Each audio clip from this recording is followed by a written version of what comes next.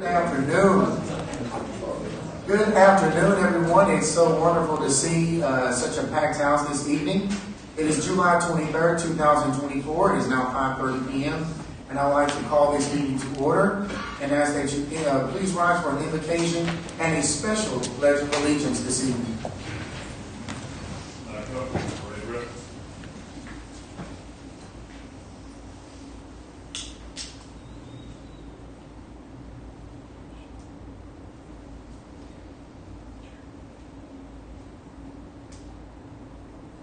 Heavenly Father, thank you for all you have done, are doing, and shall do in our lives.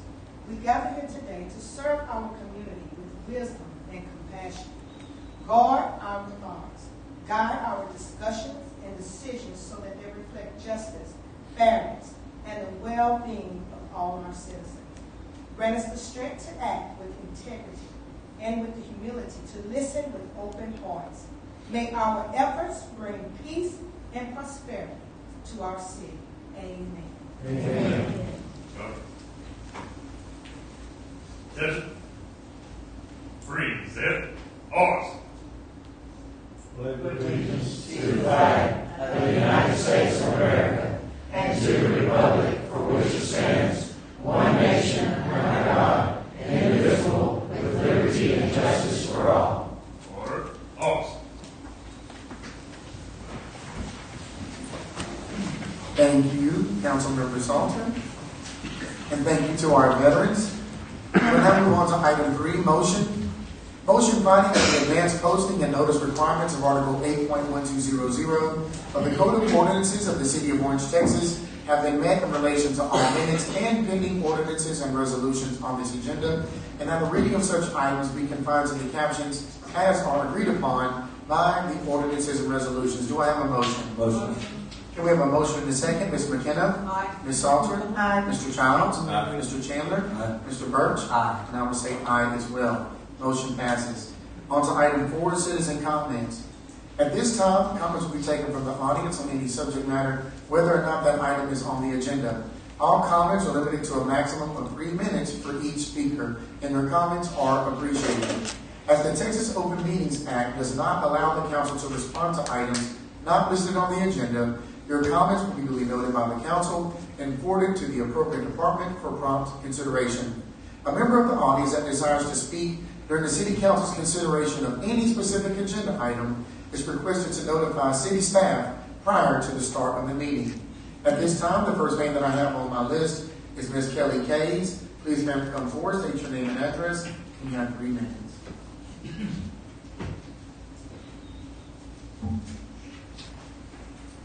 Hi, Kelly Kays, 46718, I Smith, East Wayne, Texas, and I'm the veterinarian of Adult Pets Alive, and trying to help y'all with the grant from Best Friends.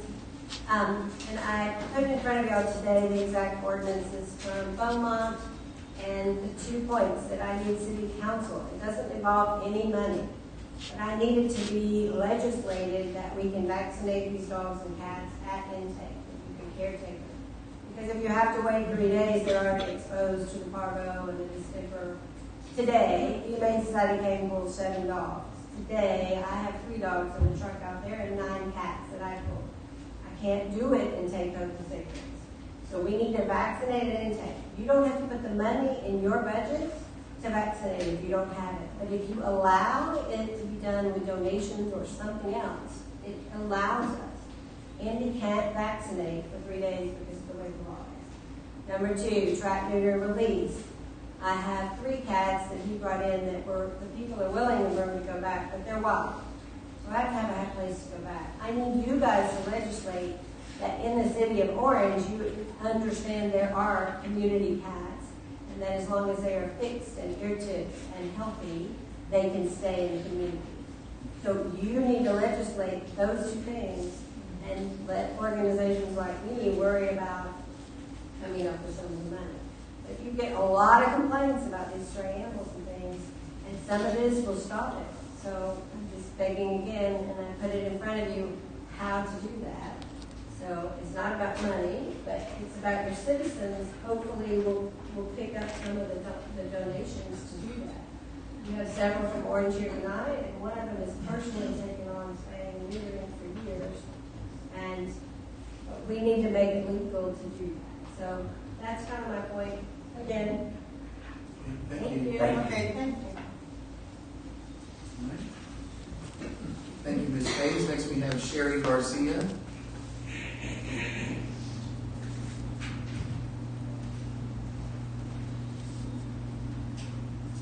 Sherry Garcia, 4110 Swallow Street, Orange, 77636. I've just been helping Andy and Dr. Hayes with transporting cats back and forth to get neutered and to get medicine and to be adopted. And we've lost some puppies recently because of the 72-hour hold.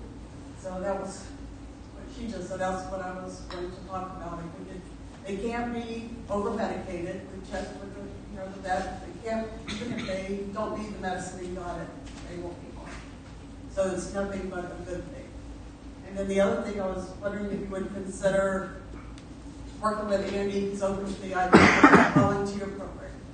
We sent them examples of our volunteer form that we use at the shelter, and maybe we could go there and help walk the dogs, get them socialized, get them on Facebook, just get the information out there. And right now you don't have a volunteer program. I go in and help transport and do what I can, but I really can't go back and work with the dogs. I would just like you to consider that. Thank you for listening. Thank you. Thank you, Ms. Garcia. Next, we have Mr. Jim Mullane.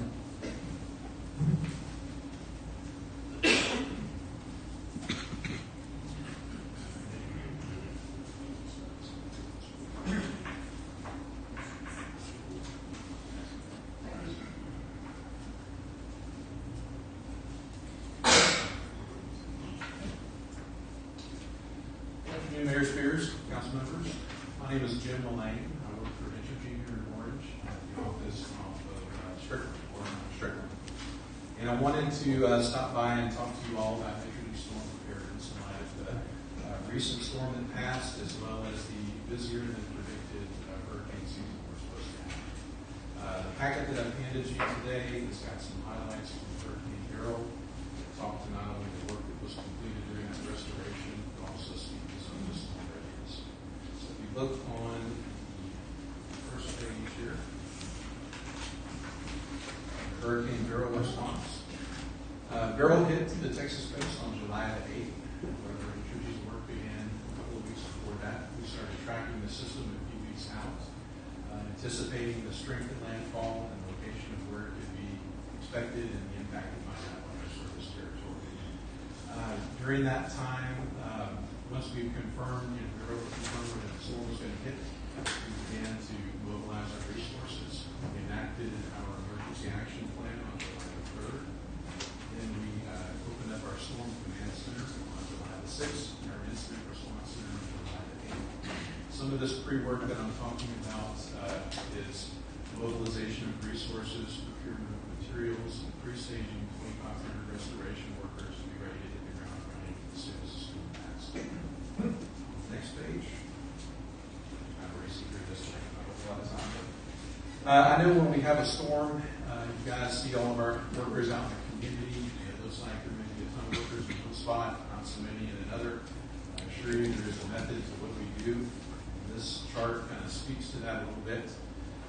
The very first thing that we do when we're working on hurricane restoration is the assessment phase. This is anything from a worker at Sabine Station checking their equipment for damages, transmission line crews flying high lines with helicopters looking for down structures, all the way down to the individual scouts that walk through our neighborhoods looking for areas that need repair. Usually all that's going on at the same time. So once we've done this assessment phase, this allows us to put the correct amount of resources and materials in the areas that need helps the restoration go as quickly as possible. Once we've got the area assessed, then we'll begin to release line crews to begin restoration work in that area. Typically, that is starting with critical infrastructure. Here in Orange, that would be the police station, fire station, hospital, water plant. That's usually one of the first calls that I get during the storm. And we work to get those done first, and we'll move on to the areas that have the most impact, where you get the most amount of customers restored as quickly as possible. And then towards the end of the restoration, we're looking at individual cases at that point. Next page, keeping customers informed. The question we get asked, of course, during any restoration effort is when the power will come back on. It's a $1 million question. And we strive to keep our customers as informed as possible throughout this process. However, it does take some time to get this information together. So what we do then at that point is provide a maximum date of restoration that the community can expect to have power restored. And as we move forward with the process, and we can get more granular into the individual areas and neighborhoods, and we can get a little bit more detail there. Throughout this process, our CEO also holds calls with state and local officials to apprise them of the situation, give them details on where we're working at that day, successes that we've encountered, places we got back on, areas that are still problematic, just to keep them aware. And we always invite you guys to this as well, because I know y'all get lots of questions about the process as well. So that's something we try to do, as well as for our customers, we update our storm center. We encourage our customers to download the Entergy mobile app. It gives them access to the storm center that has updates in the morning and evening, as well as access to the outage map that shows the areas that have been restored that day. Next page. A couple of key takeaways. We'll quickly focus on 3 items at the top. Preparation, as I talked about, these mutual aid companies that we work with, keeping the relationship up with them, being storm ready all year long. It's key to making the process go smooth, as well as the engagement that we have with our local community officials and the community at large. We couldn't do this without their help. It makes that process go just as smoothly as possible. And then the final 2 pages of that are just some Hurricane Girl restoration documents. Thank you. Thank you, Mr. Mullane. Any concerns about brownouts? Yes. I asked him if we had any concerns about brownouts, and he said no. No issues with power generation. Thank you, sir. And definitely praying for some of your teammates and colleagues that have been experiencing the situations over in Houston. So there's a couple of them still in the hospital and stuff. Definitely praying for them. But thank y'all for what y'all do. Yes, sir. Okay, is there anyone else who would like to address the council at this time? Yes, sir. You can come down, state your name and address, and you have 3 minutes. Yes, sir. I have a multitude. Well, first of all, my name is Cliff Brookshire. My address is 856 Cherokee Trail, Orange, in the Little Cypress area. I have multiple problems with the city of Orange. It will take more than 3 minutes, but I will limit today just to the 3 minutes. Number 1, I have been trying for over 2 years to get some documents from the city of Orange. Y'all may remember I was back here last December. Okay. Finally did a FOIA request. Turned in March 28th of this year. According to the receipt that you get automatically, the city has 10 days to respond. 3 months later, I finally get an answer. After multiple attempts of phone calls and emails to the city secretaries, none of which were returned.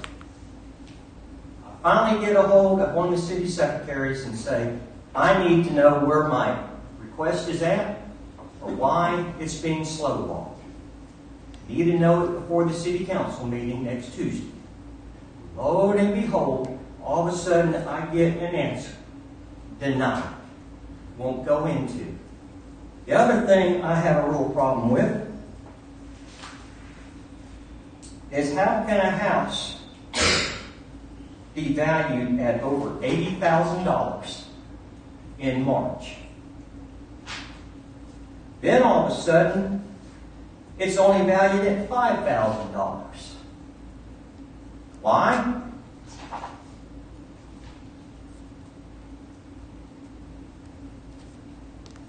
Per city inspector, house is in condemnation suit to be torn down.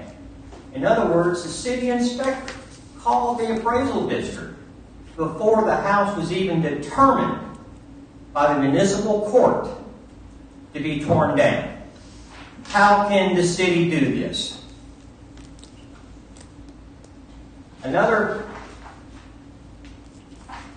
Let me just say that if anybody in here has a house that's been condemned by the Code Enforcement Office, you need to talk to me, because chances are they broke the law. Contrary to the Code Enforcement Division in Calvin Knopf, the city just can't go on somebody's property and take pictures. They have to have the owner's permission. They can't kick in the door in the garage, go in and take pictures, but they did. I will end it at this time, but I will be back here at the next city council meeting to continue. Thank you very much. Thank you, sir. What is the address that you're talking about, please, sir? I'll talk to you later. Thank you, sir. Okay, is there any other? Yes, sir, you have one to address.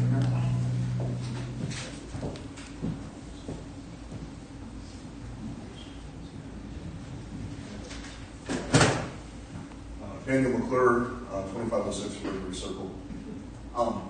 I just wanted to come here because I had some concerns with the Orange County emergency response communication to the recent ethyl acrylate exposure that folks have, and wanted to bring that up, that we did not receive official communication through channels, through public channels of what the chemical was until after the shelter in place was lifted. And to me, that is unacceptable from a hazard communication standpoint.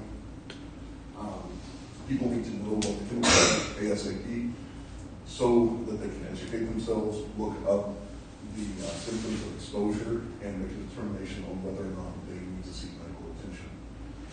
I think that was a major failure when it came to hazard communication. It resulted in a lot of back and forth speculation as to what was released. And I don't know what needs to be done from that perspective, but I want to raise awareness on how important it is to get the chemical name out to people, because that does impact health decisions that people are going to make. So want to bring that up. That's it. Appreciate it, guys. Thank you. I got to get home with the kids. Okay, no, Thank you thank very you. much. Thank you. And please know that we would like to comment the business department we can, but we'll definitely, what is your name again? Daniel Daniel McClure. Yes, sir. Okay, thank you, sir. All right. I appreciate it, guys. Thank you. Okay, is there anyone else who'd like to address the council? Robert Craven, 5624 Pine Leaf Drive, in Orange, senior apparently. And following up on that, I can't speak to the notification part, but I do want to recognize both the responders at Dow and the Orange Fire Department. This whole event, we're used to hurricanes, we're used to things that we see coming over here. And thankfully, because of how safe all of our local refineries are, we really don't have these types of problems very often. We're blessed like that.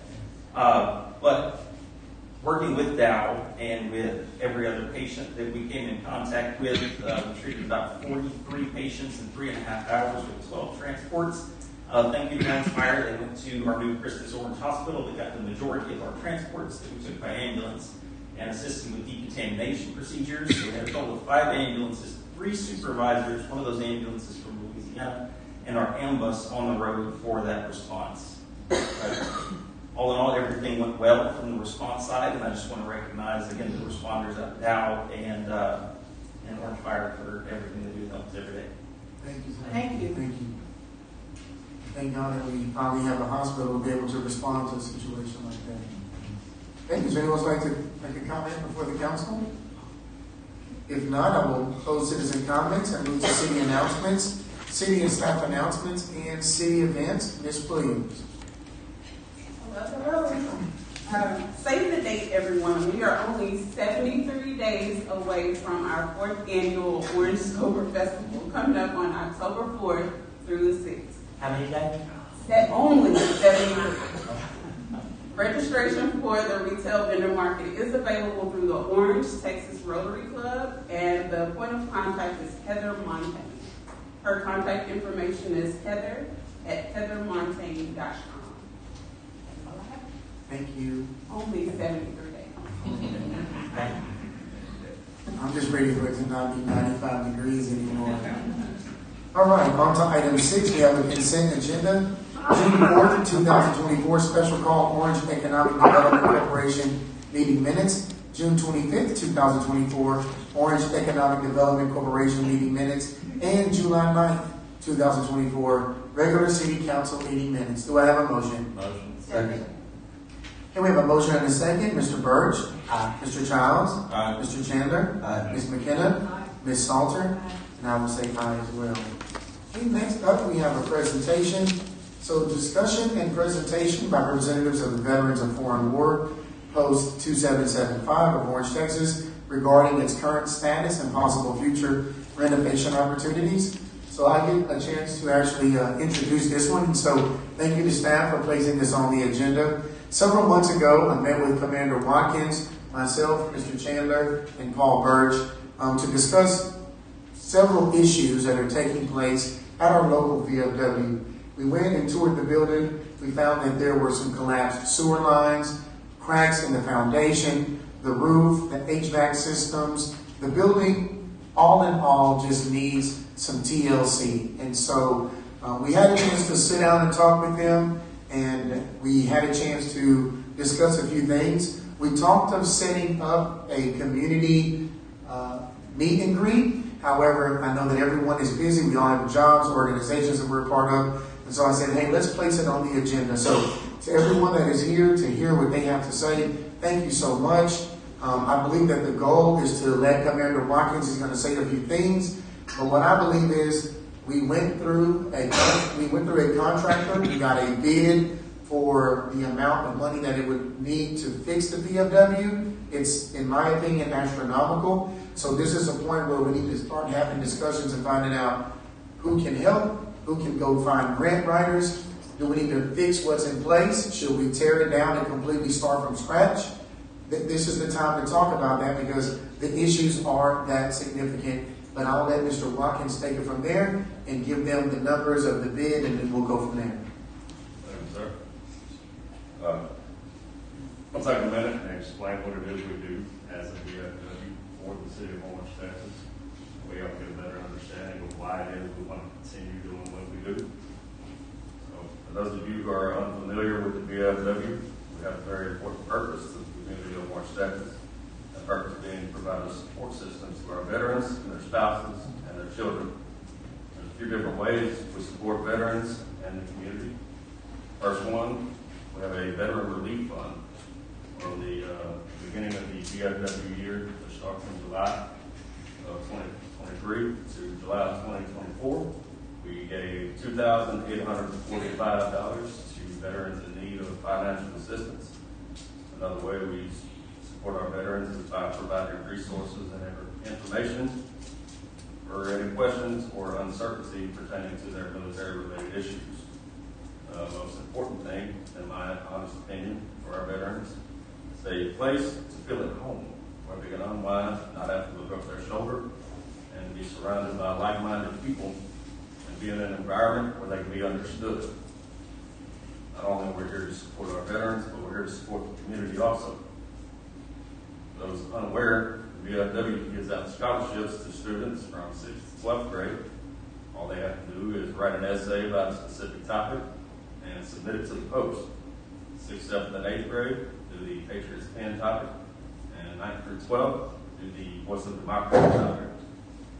There are different levels of judging, starting at the Post level, it goes all the way up to state level. There's a cash award at each level. If their essay makes it to the state, then they have the opportunity to receive a $30,000 scholarship. Also, for the 23-24 VFW year, we submitted 164 community service projects on behalf of Orange, Texas, totaling up to the sum of $22,677. The Orange VFW is part of District 2, which is composed of 7 VFW posts throughout Southeast Texas. And our district was the best in the state for the 2023-2024 year. Because of that, Orange, Texas has been acknowledged for being part of the #1 district in the entire state of Texas. Congratulations.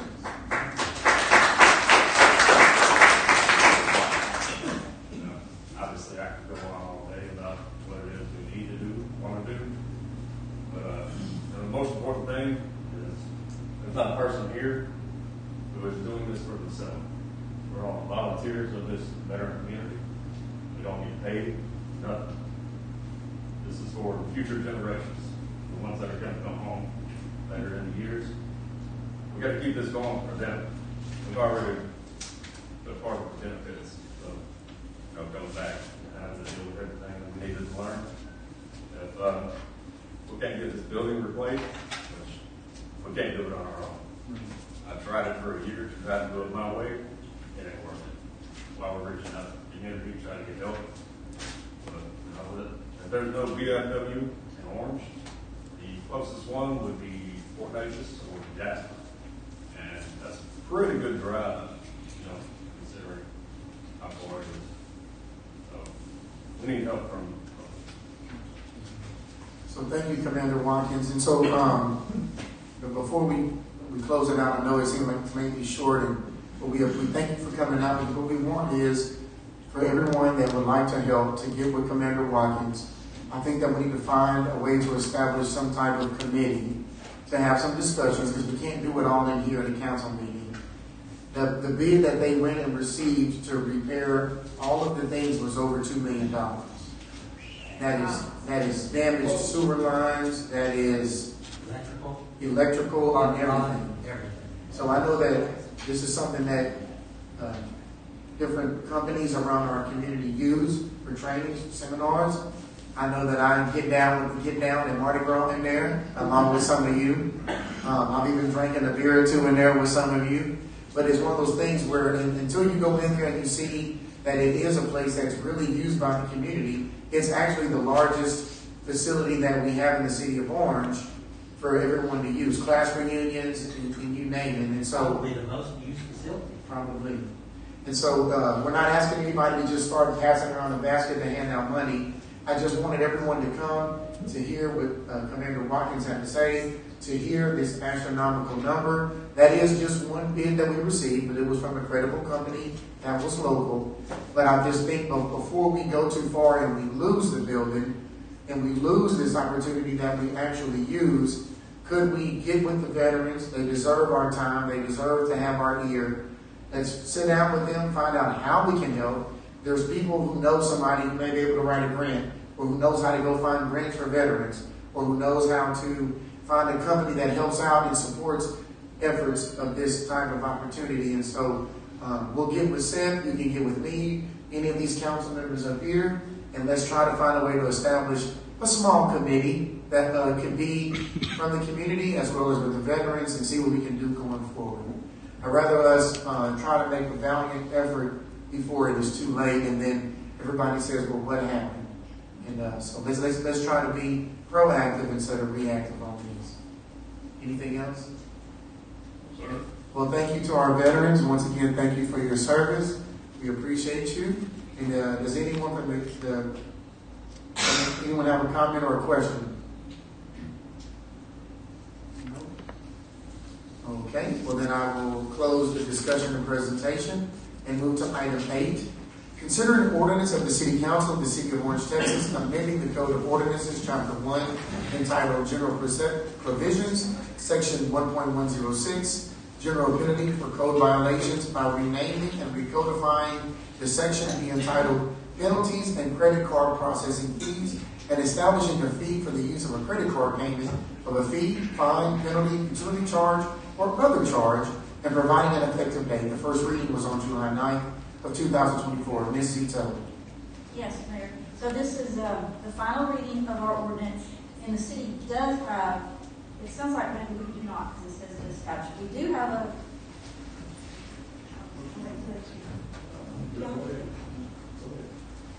so the city does have a transaction fee already on our credit card transactions. It's $2 a flat, $2.50.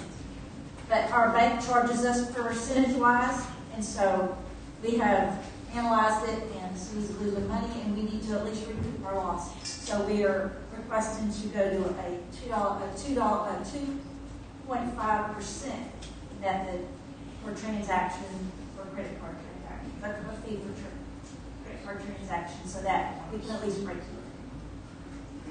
But this is our final reading. Okay. We you have any questions or comments from Ms. Zito? Hey, so for those who are here from the public, we spoke about this on July the 9th. Just to reiterate one more time, for those who will be watching this later on social media, this is not us trying to raise the fees of the citizens of the community. This is because we had a flat rate.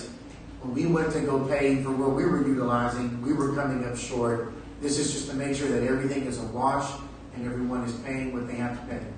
Correct, and we structured it to have the least effect on a regular minimum, maybe water bill. Anything $100 or less will be the exact same as they pay now or less. It'll only affect customers that have a charge of $100 or more. We try to minimize the effect on our citizens. All right, we have a motion. Motion. We have a motion and a second motion from Mr. Burge, a second from Ms. McKenna. Ms. McKenna?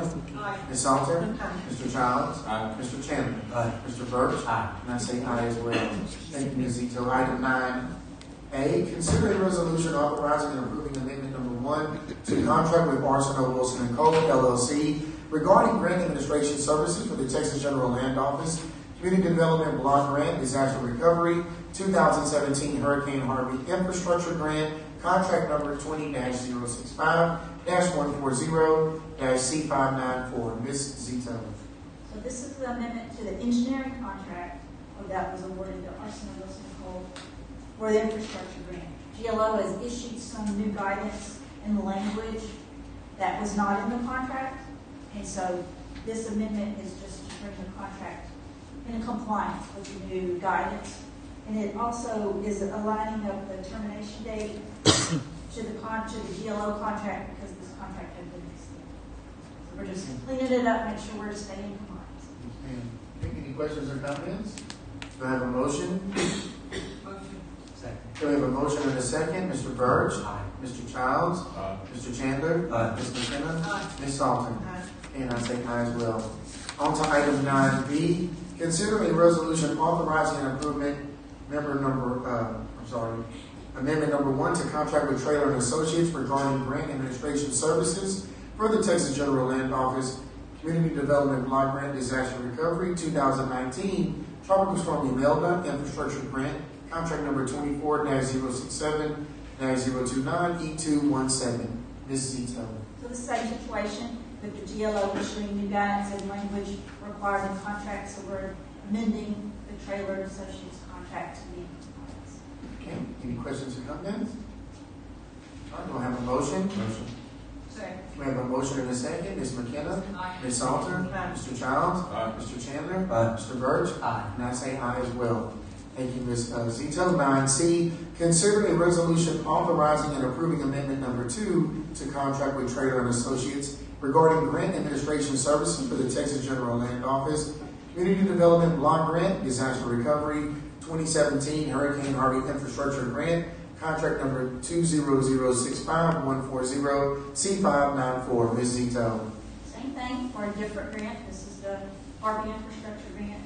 So we're just aligning the Traylor contract with the new guidance, the new language, and also this one's going to align with the termination date to align with the GLO contract that is. Okay. Any questions or comments on this one? All right, do I have a motion? Motion. We have a motion and a second. Mr. Burge? Aye. Mr. Childs? Aye. Mr. Chandler? Aye. Ms. McKenna? Aye. Ms. Salter? And I say aye as well. Thank you, Ms. Zito.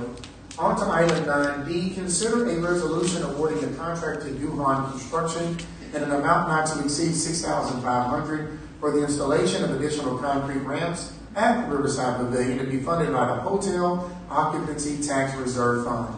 Ms. Williams. Mayor and Council, so this project not only supports our commitment to inclusivity for everyone, but it also enhances our city's appeal as a tourist destination.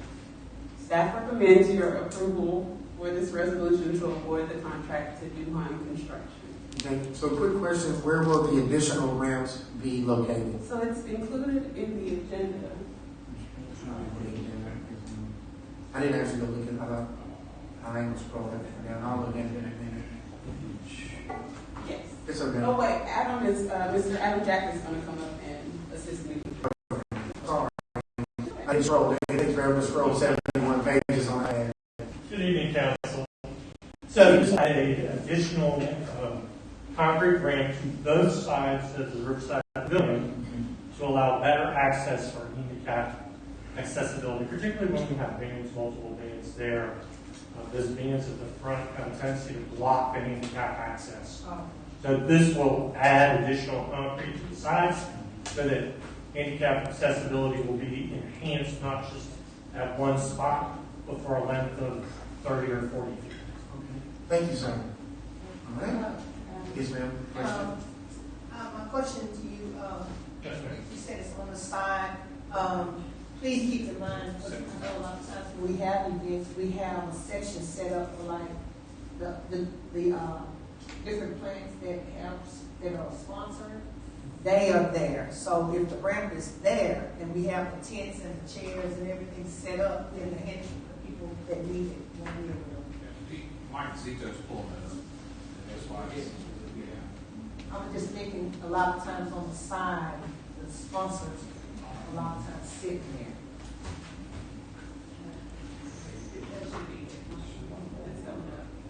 Please, yeah, that's fine. Just down a little bit. So what will happen, that photograph is probably pretty good. If you'll zoom out just a little bit. There you go. So where the sidewalk is at the bottom left corner, Yes, sir. as an example, we'll add 5 or 6 feet wide of concrete out to the second pylon Okay. on both sides of the pavilion. Oh, on both sides? Both sides. Oh, okay. Yes. Okay. I was just wondering because I know a lot of times the sponsors, a lot of times they barricade Mhm. right there for Dow and all the different plants that are sponsored. So, This will help us keep those spaces open for those that need accessibility. yes, yes, sir. That's great. Great idea. Thank you. Thank you. Any other questions or comments? Do we have a motion? Second. We have a motion and a second. Mr. Burge? Aye. Mr. Childs? Mr. Chandler? Ms. McKenna? Aye. Ms. Salter? Aye. And I say aye as well. Thank you. Thank you, Ms. Williams. Okay, on to item 9E, consider a resolution awarding a contract to Texas Materials in an amount not to exceed $276,222.50 for the 2-lane road and 27th Street roadway rehabilitation bid Form A. My man, Mr. Adam Jack. Yes, thank you. A while back, we presented to you the roadway rehabilitation and restoration projects for this year. We prioritized them at that time as being West Lane, being a number 1 priority, 27th Street near ball fields as being the number 2 priority.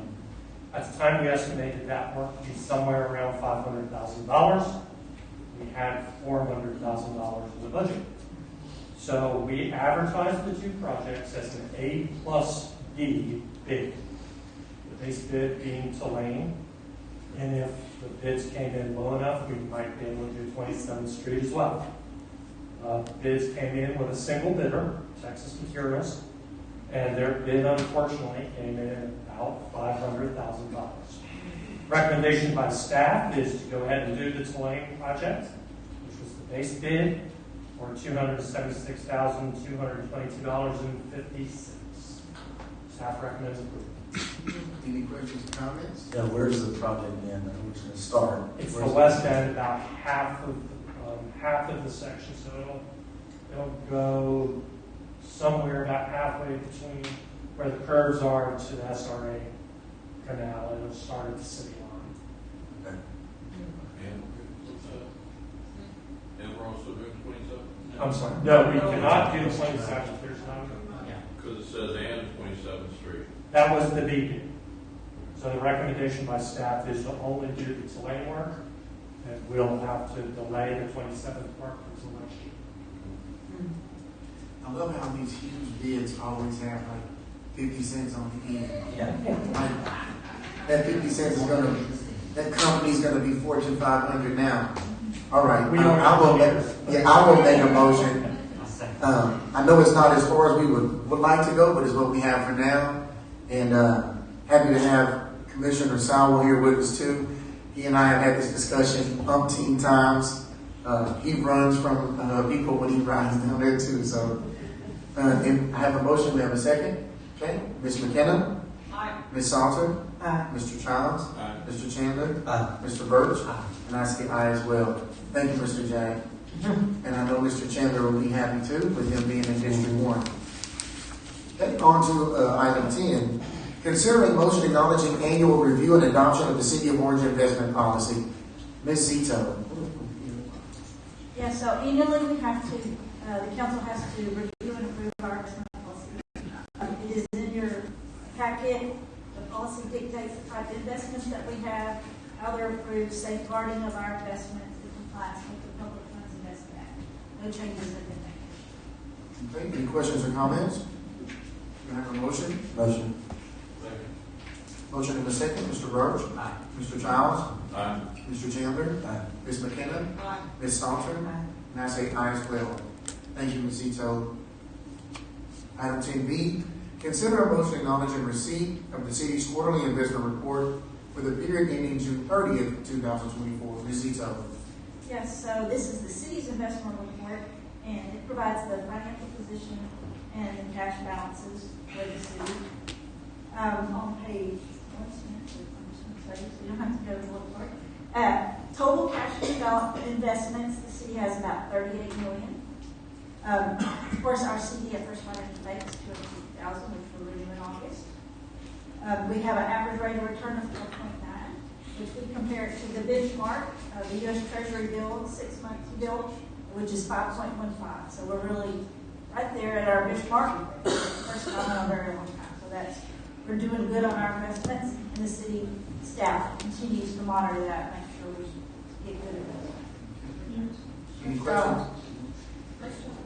Any questions or comments? All right, do I have a motion? Motion in a second. Ms. McKenna? Aye. Ms. Salter? Aye. Mr. Childs? Aye. Mr. Chandler? Aye. Mr. Birch? Aye. And I say aye as well. Thank you, Ms. Zito. Item 10C, consider a motion acknowledging receipt of the Orange Economic Development Corporation financial report for the quarter ending June 30th, 2024. Ms. Zito. So this is the EDC's financial report for June 30th that I presented at the earlier EDC board meeting. Have any questions about it? Any further questions or comments? Okay, we have a motion in a second. Mr. Birch? Aye. Mr. Childs? Aye. Mr. Chandler? Aye. Ms. McKenna? Aye. Ms. Salter? Aye. And I say aye as well. Okay, on to item 10D. Consider a motion acknowledging receipt of the Orange Economic Development Corporation investment report for the quarter ending June 30th, 2024. Ms. Zito. So this is the EDC's investment report for the quarter ending June 30th that I presented earlier at the EDC. Definitely doing well with the EDC. Okay, Make a motion. Second. then we have a motion in a second. Ms. McKenna? Aye. Ms. Salter? Aye. Mr. Childs? Aye. Mr. Chandler? Aye. Mr. Birch? Aye. And I say aye as well. Thank you, Ms. Zito. Item 10E, consider a motion approving action taken by the Orange EDC in the form of a motion of intent, approving an EDC incentive with Orange Spinning Wheel Holdings, LLC, Red's Liquor, 6928B, Highway 87, Orange, Texas, 77632, for eligible infrastructure improvements in an amount not to exceed $80,000 for the purpose of economic development. Mr. Trahan. And so, Mayor, thank you. I'd like to call your attention to the rendering over here to your right and my left in terms of this proposed project. The location is Highway 87 North in the area that we refer to as the former skating rink. And the same owner that owns the one on 16th Street is also proposing to do this project as well. A couple of project highlights: $1.5 billion capital investment, which includes acquisition. There will be 8 to 10 jobs committed to this particular project. And so basically some eligible infrastructure items that we've looked at are electrical line items, plumbing, and HVAC. So when we look at EDC incentive, we look at the capital investment in terms of how it will enhance the property tax base. We can check that box. Number 2, the job creation component, we can check that box. And then number 3, the sales tax generation as a result of the project. So in this case, we're fortunate that it meets all three boxes. And in terms of the total capital investment, $80,000 will be committed toward those line items in terms of $1.5 million for the overall project. The EDC took action earlier in terms of a public hearing, which is a mandate based on the Texas Local Government Code as our approval process. So now it goes to you to formally approve that action, and then we go into a 60-day waiting period as we structure the performance agreement. So I'll turn it back over to you and answer any questions that you may have. Okay, we have any questions or comments from Mr. Trahan? You said it's located down in the state agreement? Yeah, it's up north. Okay, any questions, any other questions? We good? Can we have a motion? Second. We have a motion and a second. Mr. Burge? Aye. Mr. Childs? Aye. Mr. Chandler? Aye. Ms. McKenna? Aye. Ms. Thompson? Aye. And I say aye as well. Thank you, Mr. Trahan. Thank you. Okay, on to item 10F. Consider a motion awarding the bids for demolition and removal of substandard structures as follows. 1411 Simmons Drive to Caesar Landscaping and Construction for $3,000. 601 2nd Street, Mark Group Incorporated for $6,400. 911 10th Street, Caesar Landscaping and Construction for $5,000. And 98 Green Avenue to Caesar Landscaping and Construction for $3,000. Mr. Long. These have all been ordered demolished by the hearing officer. Okay. Any questions or comments for Mr. Kelvin? 4 more coming down. That's good. Thank you, sir. All right, we have a motion. We have a motion and a second. Ms. McKenna? Aye. Ms. Salter? Mr. Childs? Aye. Mr. Chandler? Aye. Mr. Burge? Aye. And I say aye as well. Thank you, Mr. Knopf. And then on to item G. So discussion of the City of Orange Code of Ordinances, section 7.801, duty of residential owner and renter, section 7.802, duty of business establishments, and section 11.907, illicit discharges and other ordinances as they apply to mowed or cut grass and other debris in a roadway. Mayor Pro Tem. Well, I wanted this on the agenda because a lot of people that are hired to do this landscaping work, they cut grass and blow it all out in the streets and just blow it everywhere. Well, first of all, that's littering. And we have an ordinance against littering. So it's dangerous to motorcycles. It goes straight down our drainage system that we spent a lot of money on trying to get water out of our city. You know, so I don't know what we have to do to make citizens conscious that they need to make sure and tell the people that mow their yards or their businesses or themselves that we cannot cut grass and blow it in the street. So I think there's ways that we can get the message out there. You know, we have the U.S. government page, the City of Orange page. We've got several things that we can make people aware of. That we can't do this. We need to be conscious about this. You know, a lot of times papers ran over and it's blown out in the streets. So I don't know. Yeah. So maybe we can work as a council. We can ask for a flyer to be made that can be put on our City of Orange page, shared with the public, and then each individual on their own, if they want to share that on their social media or let people see it, to know that. I know we talk about this all the time during Motorcycle Safety Awareness Month, but let's find a way to work together as a city and as citizens to share that we need to stop doing that. I know all of us have seen it happening where you see someone freshly cutting a yard. I've even seen businesses on 16th Street that cut their yard or cut their business and then blow it all out into the street. And so that's not good for several reasons, as you said. So maybe we can come up with some type of initiative with city manager. And like I said, maybe even if it's just a flyer that goes out on our webpage. So we have an ordinance against that, correct? I included in your packet the ordinance that I think that applies. That applies to. I've even seen some people cut grass businesses, and they cut trash. I mean, they cut right over the trash and leave the trash along with the cut grass. I witness a lot of times people sweeping the grass up, and with a big shock broom, shoving down the storm drain. Oh, that's horrible. What happens there? I So, was in your neighborhood, Mike's neighborhood the other day, I was telling you, the code was then, those 4 yards he did really quick and all went into the street, which went into the drain, which y'all subdivision is having problems draining right now. yes, So if you went down the manhole and was on mow, you would find. right. But I think our whole city has problems right Yeah. You know, we're doing everything we can Well, to it's improve it. From the Yeah. progress, it's always been blown out. Yeah, We need everybody on board. yes. So I think we need to make it aware that we just cannot do that. It's unacceptable. And a lot of times when you tell people too, what is causing, what the problem is, maybe they don't think about it. Right. That's why I think we need to make it aware. Thank you. Thank you, Mayor Pro Tem, and thank you, Mr. Knoll, for coming. And then I know you had Mr. John D. and everyone else here to listen in. It's one of those things where it's not, of course, it's not your fault. No. You can't ride around the city 24 hours a day on Saturday morning and try to catch them, but maybe Paul can hop on his bike and ride around, take pictures and send it to you and turn it in. Oh. Yeah. But we appreciate your time, and I appreciate you bringing it up, because it's one of those things where we do get hit hard.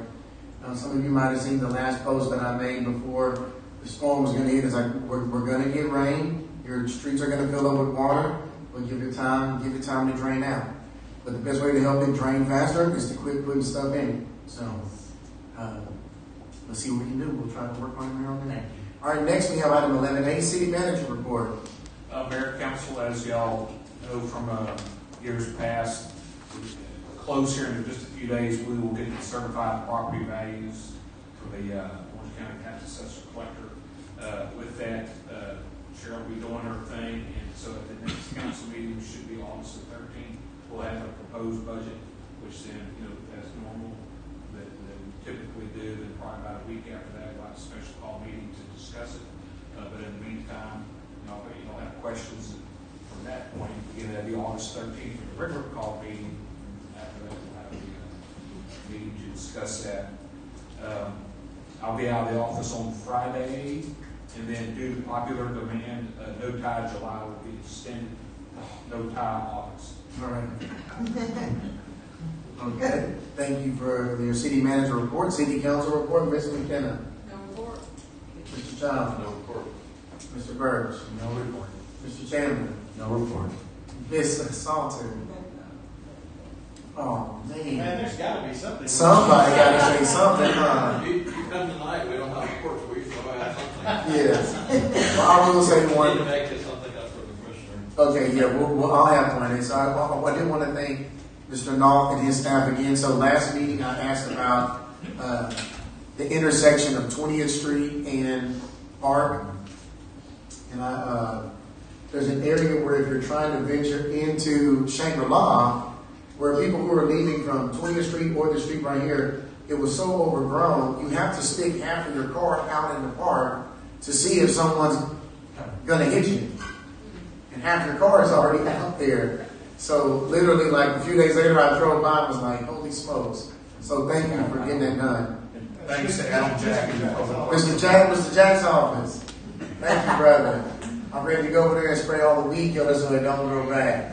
But it was really an issue. A lot of people would pull up to my house and say, hey, could you do something about it? And we definitely don't want that to be an issue when people are trying to go to Shangri-La and we want to keep our kids and everything safe. So it's cut down. Now we got to work on the rest of the property and see what we can do. But for now, I just want to say thank you, Mr. Knoll, because I brought it up. Thank you, Mr. Adam Jack.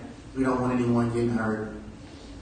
With that being said, we will now adjourn to close executive session. Deliberation regarding economic development pursuant to Texas Government Code, Section 551.087 with international paper. So at this time, if you're not a part of staff or council, you're free to hang out outside. We will reconvene, but there probably won't be much to it, so enjoy your evening.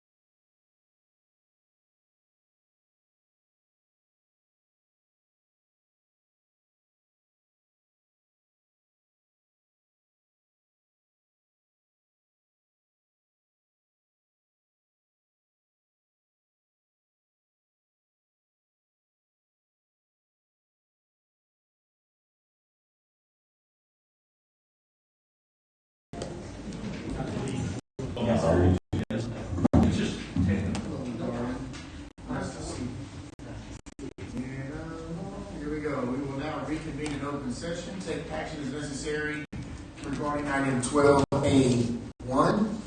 And so the first motion is a motion approving the chapter 380 ad valorem property tax abatement at 80% for a 10-year period, dates to be confirmed at a later date, with the consideration of approval for potential additional 5 years for Project Blue Oleander, located in International Paper Company, Highway 87, north of Orange, Texas, 77632, subject to termination of the existing IP80 agreement. Do I have a motion? Motion.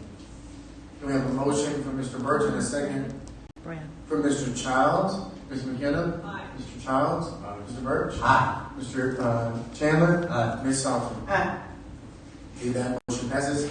Then we also have motion of support approving pending action by the Orange Technology Development Corporation related to eligible infrastructure improvements in an amount not to exceed $200,000 each year over a 2-year period, dates to be confirmed, with a total not to exceed $400,000 for Project Blue Oleander at International Paper Company, Highway 87 North, Orange 77632, for the purpose of economic development, termination of existing IP agreement.